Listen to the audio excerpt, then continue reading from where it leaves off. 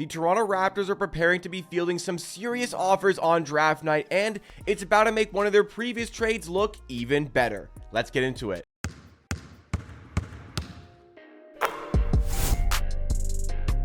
Yes, draft night is going to provide the Raptors some incredibly interesting opportunities. First of all, with the 19th overall pick, where they're going to be able to find hopefully some good talent to supplement the core that is already in place for the team to recover from the disappointing season that was the 23-24 season. And some even more intrigue should be coming towards Raptors fans as a result of some of the latest reports coming out about the potential of what that 31st overall pick could become for the team, because that 31st overall pick, not only could that bring in another player of interest for the Raptors, that could land the Raptors a serious trade, and the Raptors are expecting to be discussing with multiple teams in regards to that selection for a number of reasons, which we're going to outline over the course of today's video, while also acknowledging what the Raptors could actually get in return for the pick. But this is Amateur Sports, the YouTube channel completely dedicated to Toronto Raptors content, and we'll do it in videos like this as well as live streams on the channel. Make sure you drop a like if you enjoy, subscribe for more Raptors content, and help us on the road to 18,000 subs. So,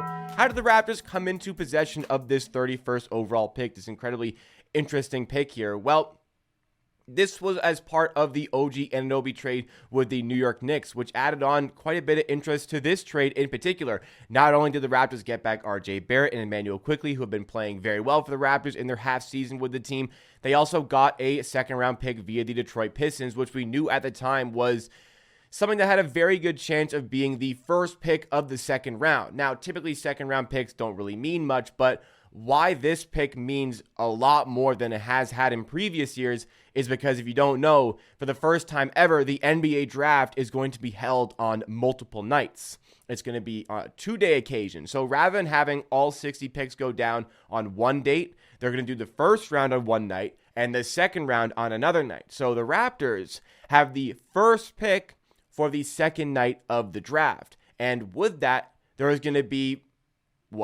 22 hours, 21 hours in which teams could be interested in landing that 31st overall pick for a number of reasons. And as I said, reports are coming out from The Athletic and even discussions from Raptors assistant general manager Dan Tolzman, he's the lead scout with the team, who's mentioned that this offers an interesting wrinkle for the Raptors to explore over the course of that day, a full day to field any sort of negotiation for this trade. Teams will have longer to process, hey, a player that we expected to go a lot higher is still available. Let's go and nab him at 31st overall. Or potentially, somebody like Bronny James could add a lot of intrigue and interest to this pick. There is still a very wide range of speculation as to where Bronny James will end up being drafted. I personally don't think he should be drafted at all, but teams are interested for various reasons. If they feel as though, hey, let's go get the 31st overall pick, guarantee ourselves Bronny James in the draft, that could be something that teams look to explore. Now, why this is more prevalent this year than other years, because, obviously there's other years at any point you can trade for that pick. There's no timer here. There's no short, 10-minute countdown for a decision to be made for this pick. Teams have so much time to process what they actually want to accomplish with this pick and actually what sort of value they can get out of the pick, that now they can strike a deal that they're more confident. And the Raptors have more time to field these negotiations. And when it comes to Masai Ujiri, he's going to try to maximize every bit of value everywhere that he can. And that could also reign true for the 31st overall pick. Now, I said in the intro, it's going to make this trade look a whole lot better. And it does make that New York Knicks trade for OG Anunoby look a whole lot better, because it just adds to the intrigue and adds to the value of that Detroit Pistons second round pick that we received in the trade for OG Anunoby. Fortifying this trade as definitely a win for the Raptors. You'd call it a win-win trade for sure.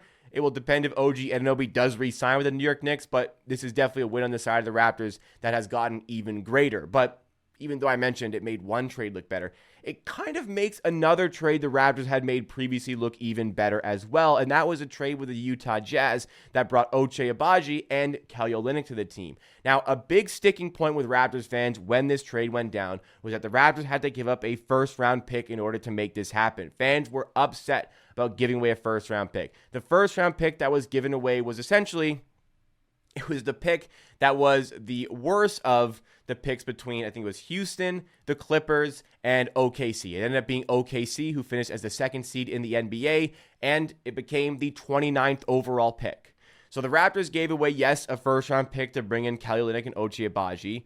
That was a good trade regardless. But But when you consider the valuation of now this 31st overall pick compared to 29th overall pick, even if the draft was a one-day occasion where there's no added benefit of additional time for the second night of the draft, which is the start of the second round, you have to consider that the 31st overall pick, you have a lot higher degree of flexibility with contracts and with the finances associated with the player you select compared to the 29th overall pick even.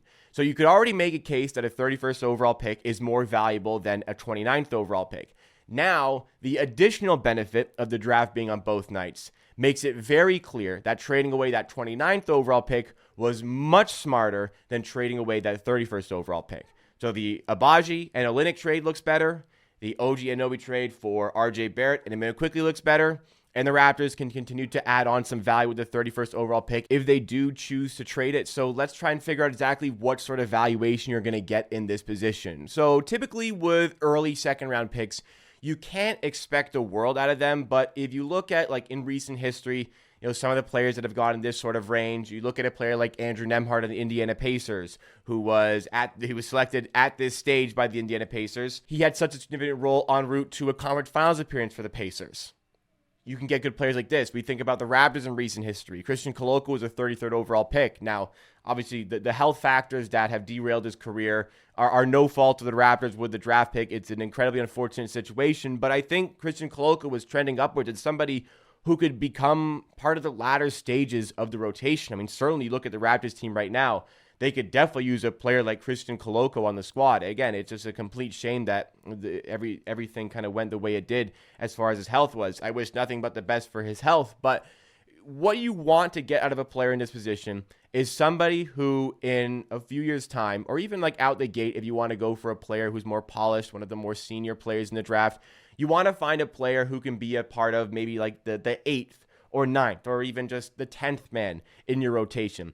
Somebody that is going to still give you something, but doesn't have to put much into your team on a night-to-night basis. Somebody's got a specific skill set that aids the team in the rotation, but again, you're not really dreaming of the world in this position. And again, there are a number of teams who might feel as though their guy is still there at 31st overall. They might see the last 10 picks of the first round come and go, and their guy still being on the board and feel like, hey, maybe we can really make a move here and find the guy that could fit in with this team, and we've got a whole night and a whole other day to try and figure this one out. What sort of value can you get for a player like that at 31st overall? Look, we're not getting the world here. The Raptors are going to make some blockbuster monster trade here, but could some additional assets come into the team? Could some future picks, maybe 2 seconds down the line, come into the team? Is that a better way for the Raptors to maximize this 31st overall pick rather than actually using it? That's what we're going to find out when it comes to the draft at the end of the month in June. But regardless, this 31st overall pick, whether or not the Raptors want to use the pick or want to trade it, it's still looking like a great deal with the New York Knicks that could as well get even better with this interesting wrinkle, as Dan Tolzman put it. So how do you feel about this 31st overall pick? Do you think the Raptors should push to trade it? Should they actually use the pick because they need more players? Give me your thoughts and opinions in the comments down below, because that's it for me for today. Drop a like if you did enjoy the video. Make sure you do subscribe as well for more Raptors content through the offseason. I'll see you again next time for another video.